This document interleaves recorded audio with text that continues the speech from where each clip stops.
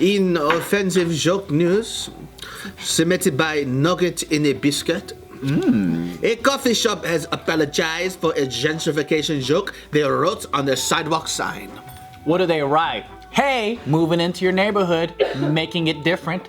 It was a little more straightforward than that. Adding a little bit more cream to the coffee. Cream to the coffee. That's a good one. That's actually kind of cool. Get the fuck out, wetbacks. Something like that. Oh, that one might be kind of rough. Just a little bit, huh? No, so this coffee shop is called Ink Coffee. It's located near 5 Points in Denver, which was once a largely black neighborhood. I didn't even know there were black people in Denver, Colorado. Yeah, it's really This cold neighborhood there. was largely black once, and then so now it's becoming one of the trendiest neighborhoods with like breweries, restaurants, apartments. Just like Colorado. Yeah, the whole state. Yeah, and it's getting like hella trendy. And so this coffee shop thought it was kind of funny or something to put this sign in front of it. Happily gentrifying the neighborhood since 2014. Yeah, that's not really smart of you, huh? No. Basically, happily kicking out poor people so rich people can come in. That's pretty much That's what they're saying. not a smart sign there, buddy. Yeah, and so the founder of the chain. It's a chain? Yeah. That makes sense. Yeah, Because they probably started having those signs in like predominantly white neighborhoods, and people probably thought it was funny or it was like humorous. like after the gentrification, like once everyone else left. Or like they just people like let's say if they open up in Silver Lake, the gentrification already happened, and then so all the people there they go, oh that's funny, you know, like it became part of the community already where everyone knows, and then so if it's a chain and they've already established that kind of humor, now they go into a place that it's barely starting to gentrify. I think You know that what same the joke won't fly. funny thing is? So, long time ago, right, when minorities moved into white neighborhoods, there was something called the white flight, which is like all the neighborhoods that we have, the suburbs in LA, Monterey Park, whatever, they used to be all white suburbs.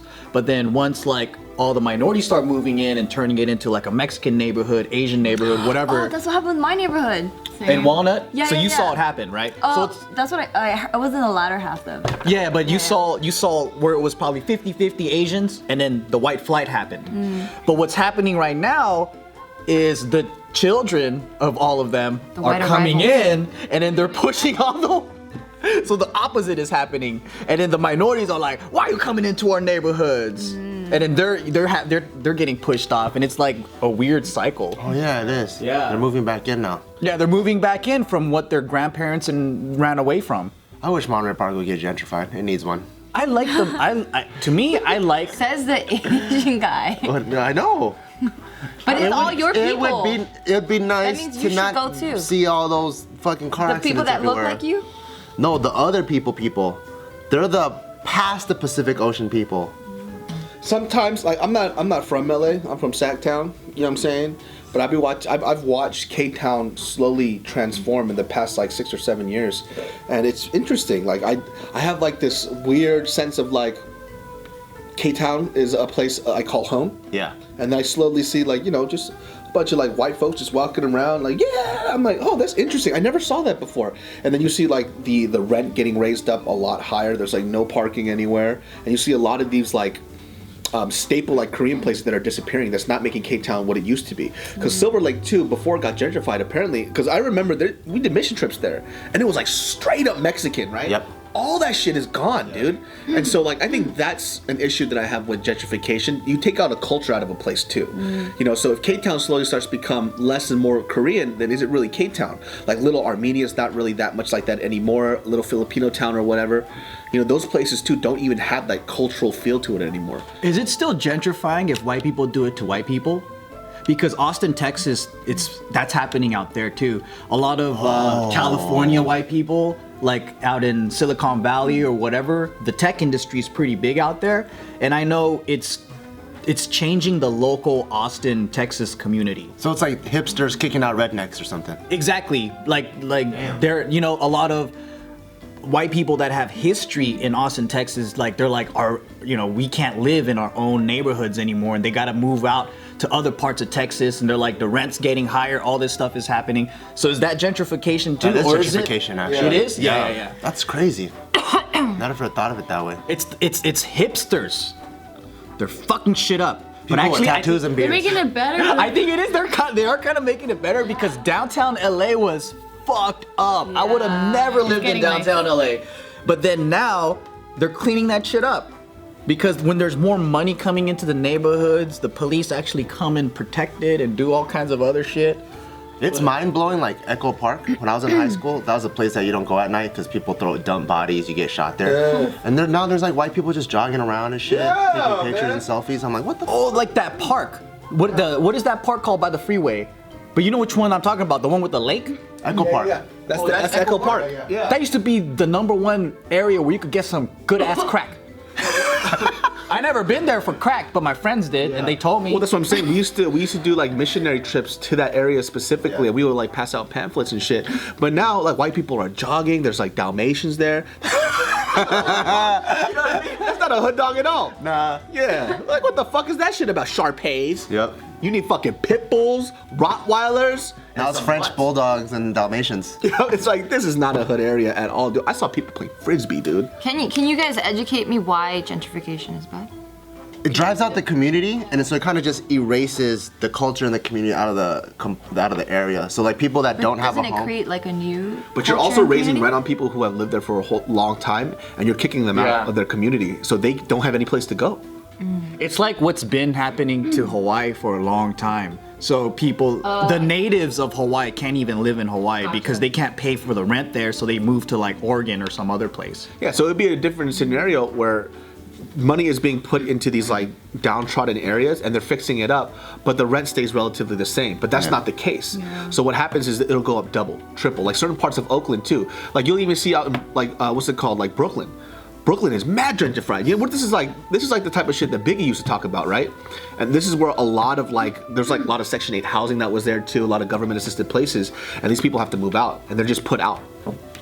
I think the balance would be if people moved in to experience that culture, but made all the bad stuff disappear. Yeah. Like the crime and the freaking poverty and whatever, like, you know, if you bring your money, but then live their way and let people keep their like Chinatown or whatever it is, I think that would be cool.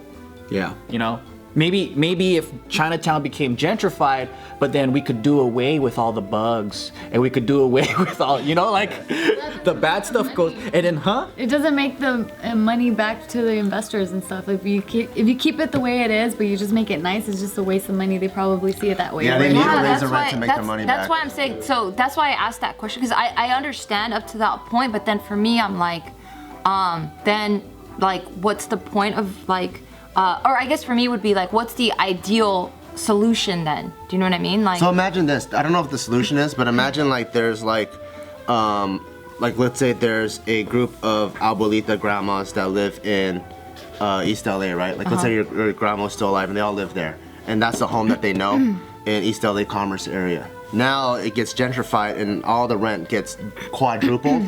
So that entire community where they know I can go to the market for this, I can do this, like all the activities, it all disappears and they all have nowhere to go. So now a lot of people, they go to like Inland Empire or some other weird ass place. So they almost feel like they're uprooted from where they are, where they've grown up, and now they're completely thrown somewhere else that's I guess quote unquote affordable for them. And so they feel like they shouldn't have to that shouldn't happen because it's not fair. yeah, I get that. I still understand that 100%. I'm not saying anything about that, but I'm just saying then what's the solution? Because then things kind of tend to dwindle and then they kind of get worse because there's no upkeep and there's no real money circulating to maintain or just or make it better, but just basically maintain it. So are you asking like which community has been able to achieve a good balance? Yeah. I don't even know. Because that's why, like, I understand why gentrification happens, because, like, that's how we were able, like, our families were able to come in here, you know, and, like, they kind of gentrified it in their own way. That's why I it don't was, know like, if it's the white- gentrifying, if it's poor people moving in and then change it at least and make it their own But community. we did the same thing, right? Yeah, I just don't know what the term is. So it's like, Codified. I feel like it, or just Ruined it. But yeah, like it just keeps changing, and I feel like it's kind of cyclical in a way where like it has like its waves of like it comes and it goes, and it just keeps changing. So I feel like it's kind of normal. You know what I mean? I feel like that's kind of what keeps things changing, and it I don't know if it's depends evolving, on how but- long people have been in that community, because there are communities here that it's like it's been for the last 100 years Latino. You know, like there's a lot of history, but then if Monterey Park, right, it's been an Asian neighborhood for the last 20 years, I don't know, or 30 maybe. It's not that long. Oh, so then would this be a solution then? Because that's a good example that you bring up. Monterey Park, right? So it was predominantly white, and then, like you were saying, the white flight happened, but then amongst their own people, they started injecting more money into it, so it's still very predominantly Asian, but now it's just getting... Even then, they had their own, so there was the white flight, and then, because the Taiwanese came in, or Japanese, and then there was the Japanese flight, and the Taiwanese came in, and the Taiwanese flight, and there's the Cantonese that came in, and the Vietnamese came in, so the Cantonese... And it's gentrified by mainland Chinese now. Yeah. Oh, then it's not possible. It They've seems been like they've been- gentrification has to happen all over the place, is what it sounds like. But I think that the main difference is that we're talking about ethnic switches. You know, that's not really what the gentrification part is. I think for me, like the negativity that people are talking about gentrification is the money part. Like when you gentrify an area, typically rent goes up and people are ejected forcibly. Right, So because what you're talking about right now, people are leaving by choice. It's beneficial. Like if I owned a home in Monterey Park, right, and then a mainlander offers me twice as much money for my home than the market price, then I actually benefit, and I'm like, I'm willing to leave. I'm not getting forced out of my homes because I can't afford it anymore. So it's happening from like 1 week to the next, where it's like it just happens hikes up? pretty fast. It's fast. Yeah. Yeah. It's literally like Stumptown Coffee comes in, that entire plot that they come in within the next year it's probably double, and then once that block develops, the whole entire street is like triple, quadruple, and then it just affects the entire area. So they build this building that it's like really expensive apartment. It starts to become nice. People pay that. Other apartment complexes, well, if they're charging that, I could charge this. Yeah. Bop, bop, bop, bop, bop. Everybody gets moved out. Yep. Yeah. So it's feeling forced out of your community versus, benefiting from it. So I think the best example is Hawaiian natives. Like they don't have a job where they can pay for the rent and pay for a lifestyle that's normal in their own island. They had, Yeah, that's fucked up. Yeah. So I think that's probably how people feel out here. Like there's communities out here that's been Latino, that's been Asian for like a long, long time, and then they're getting pushed out of their own neighborhoods. Yeah. Yeah. Yeah, so back to this coffee house here.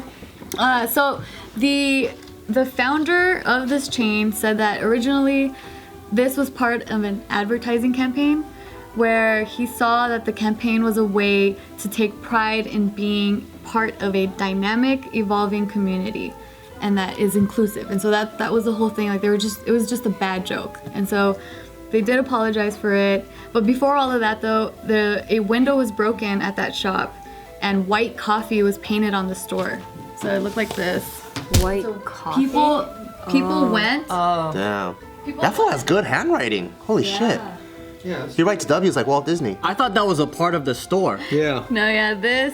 And then this is the window that's broken. And then there were people that showed up to protest it because of this sign. Like people were furious that they were making light of I it. think rightfully so too. It's not funny. Yeah.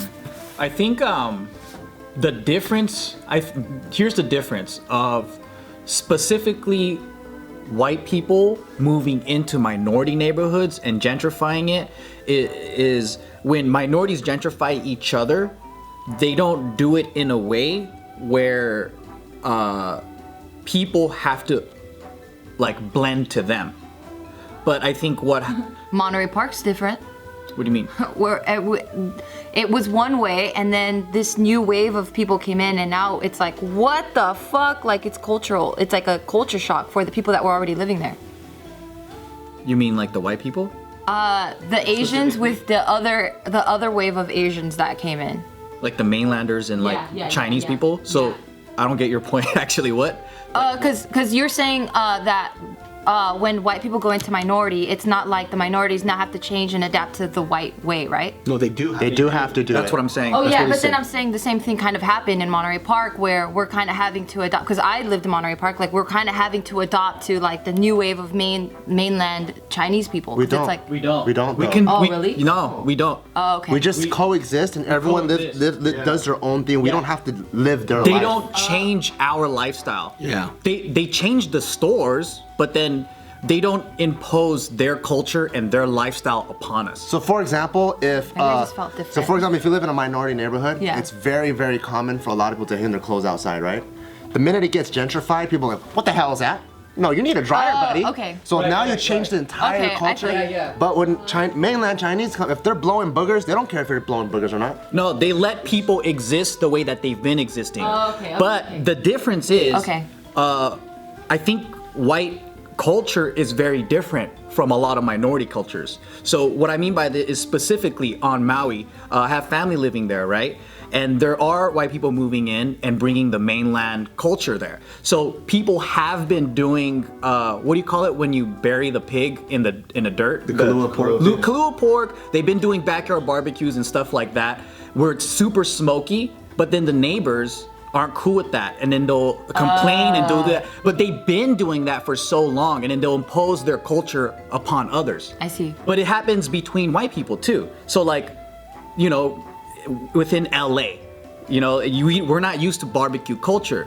But if you go to a small town in Texas or whatever, everyone's barbecuing, it's Smoking. smoky. To them, it's nostalgic, it smells good, it's great. But you bring a guy from LA and over there, he might complain a lot and be like, yo, your shit is smoking my stuff. So I think that's the reason why there's so much tension. Gotcha. Because the culture's just different. Yeah. Gotcha. A lot of minorities, they kind of figure it out differently. They don't always have to confront each other, Yeah. complain to each other, and they don't discuss things like that. Yeah, I feel you. Whereas, you know, in white culture, I think everybody's always communicating verbally about issues that they have with each other. Yeah. That's true. It's like my neighbor. I told you guys when he was banging on the wall, and I was so like, this one wants to fucking fight. You know what I mean? That's the Right, first thing I right. think, But yeah. minorities, they take it as you want a fist fight. It's very different. Yeah. So I think that's the reason why there's a lot of tension, is because the way they handle problems, the way they communicate, all those things are a lot different. There's no mutual understanding. So they come in and then they do things differently, and they're not used to accommodating to other people's culture. So then there's like all this headbutting happening. But that's a good thing though, because I think that's when they learn. Yeah, so now this founder, he says that he's going to be talking to his employees and then educating himself and his employees about just cultural sensitivity. Cool. Like you said, it's a good thing. Because they headbutt, now they could talk about it. Dope. Yep. Something cool came out of that.